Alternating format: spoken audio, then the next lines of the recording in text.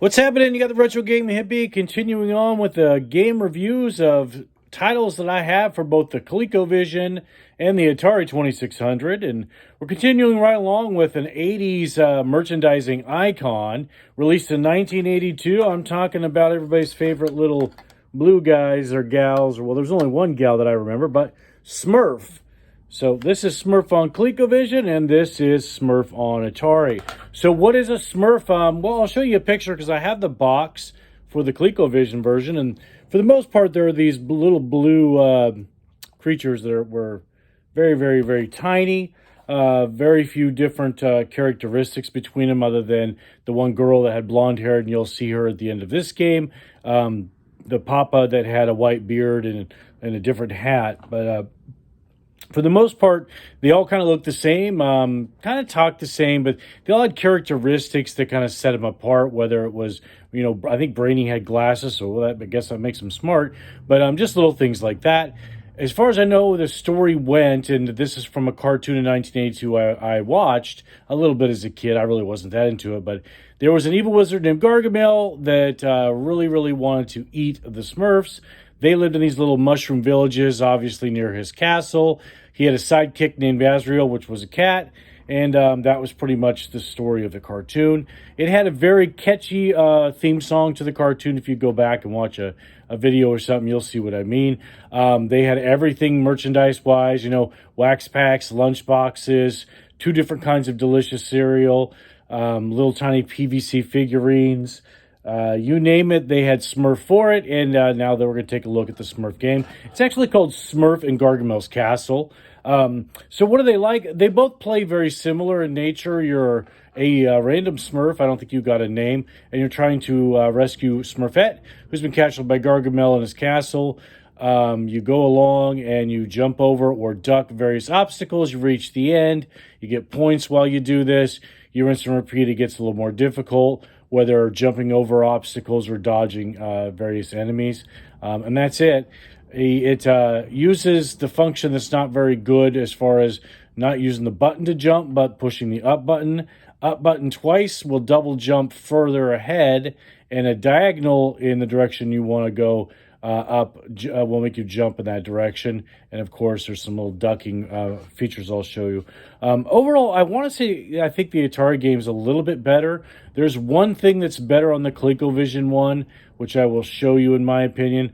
But overall, and I'll give you my opinion when it comes on, I think Atari did better with this game and capturing something about the Smurfs a little bit. So without further ado, we're going to start off with the Atari 2600 version of it.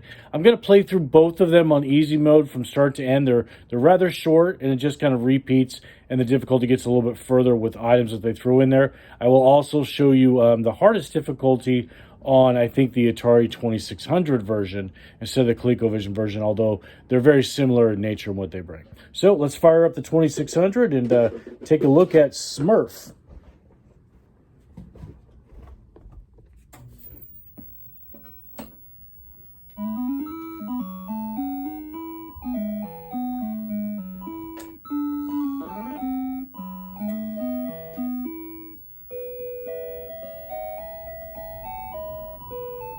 So what you're looking at is a background. There's your little Smurf. There's your house. There is an energy bar at the top that's slowly draining down if I sit here for too long. And then there's a little Smurf heads you can probably barely see that are your lives. The more points you get, you do get extra lives on this. I can't remember at what area. The music repeats and it's kind of the same, although it varies between screen levels. Double up goes a big jump, and he jumps really far in this game.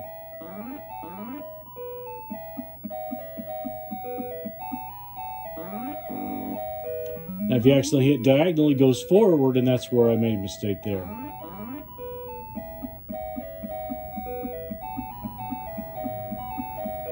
A river level. This is different than ColecoVision. I didn't see this in the ColecoVision version, this little river level, and I really like the clouds up ahead. That's one thing in the sky. Not bad graphics for Atari 2600. That's one thing that I think they did better, too. These are the upward ledges.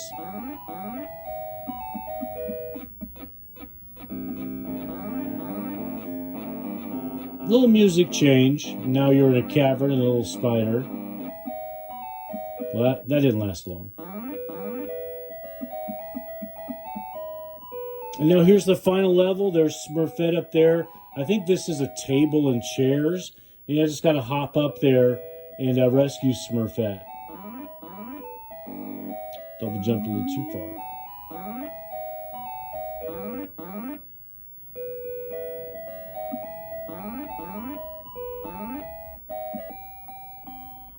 Music changed, a little hard over Smurfette. Rinse and repeat. It gets getting a little more difficult because it's going to throw an item at us. But I'm going to show you what that is. That's a hawk. Because I'm going to put this up to level 4. This is where it gets pretty difficult in my opinion. Now one feature I didn't show you is the duck. On this one it's kind of funny to me because he kind of looks like a little baby Smurf when he ducks. That's duck. It's really small.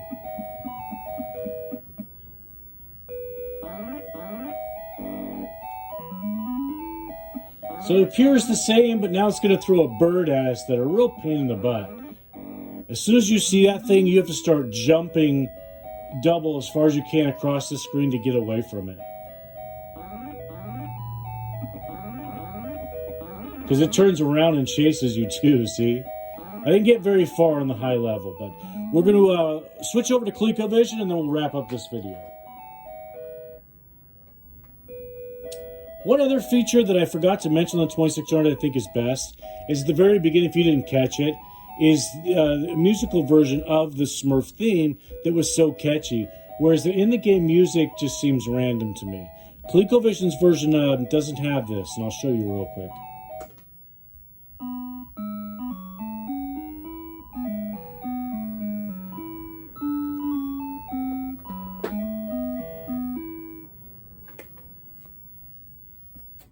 Anybody that knows the Smurfs would recognize that in a heartbeat. And the ColecoVision version doesn't bring that to the table, and I thought that was kind of a odd missed opportunity. But let's take a look at it. It's definitely a cleaner looking game, and the Smurf actually looks a lot better, that's for sure. 1982 Payo, which was also the same. That's what I always see on the little figurines too. We're going to start off on skill level 1. See, it looks much smoother in my opinion. The Smurf looks more detailed. There's their mushroom house. There's their trees. You got energy bars. There's actually a little head up there instead of 4 little ones. But, you know, just things that are smoother graphically, but it did miss the theme. He doesn't jump quite as far in my opinion, but he still jumps far. Same up is jump or diagonal and up.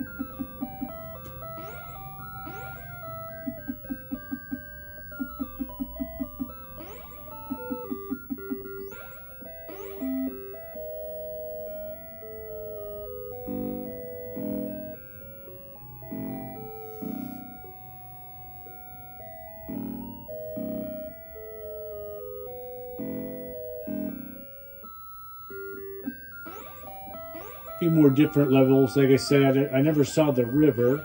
That appears to be Gargamel's castle in the background, I think, which is not too bad looking, I guess.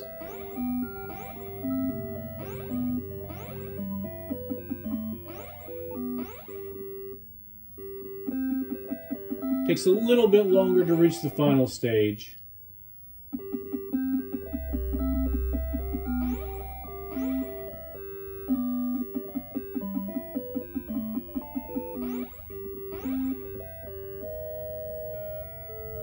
This, I didn't really mess around, but you just walk past all this. And the spider webs look kind of neat, but...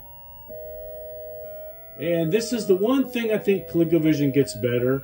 And although I never saw this in the Smurfs, it's that big skull right there, which I can only guess represents Gargamel the Wizard, who you've now killed, and you're going to jump on his skull to get to Smurfette, who looks pretty good up there with her blonde hair. That's definitely very rock and roll right there. But no heart. That's kind of disappointing.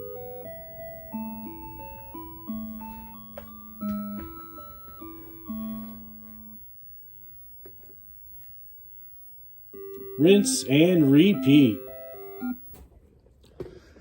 So there you have it. There's Smurf, Rescue from Gargamel's Castle on the ColecoVision Atari 2600. Honestly, overall, I would probably recommend the 2600 version just as much as I would the ColecoVision version. I think it's just as much fun for what the game accomplishes, which is a pretty simple rendition of what a Smurf looks like, and then jumping and hopping to items. Neither one of them should set you back very much money, I wouldn't think, especially just loose on their own. It's one of those things where people think retro gaming is a way to make a lot of money, or they're very valuable. I mean, this was $30 back in Fred Meyer's, probably around 82, 83, 84. A really nice complete in box version of this might sell for that if it was like perfect, but other than that, it's probably like $10 nowadays. But it's not a bad game. If you're a Smurf fan, I definitely would pick it up. It should be pretty cheap. So that's the Retro Gaming Hippie. That's Smurf on ColecoVision Atari 2600. You remember, I don't buy nostalgia because I am nostalgia, and you all take care.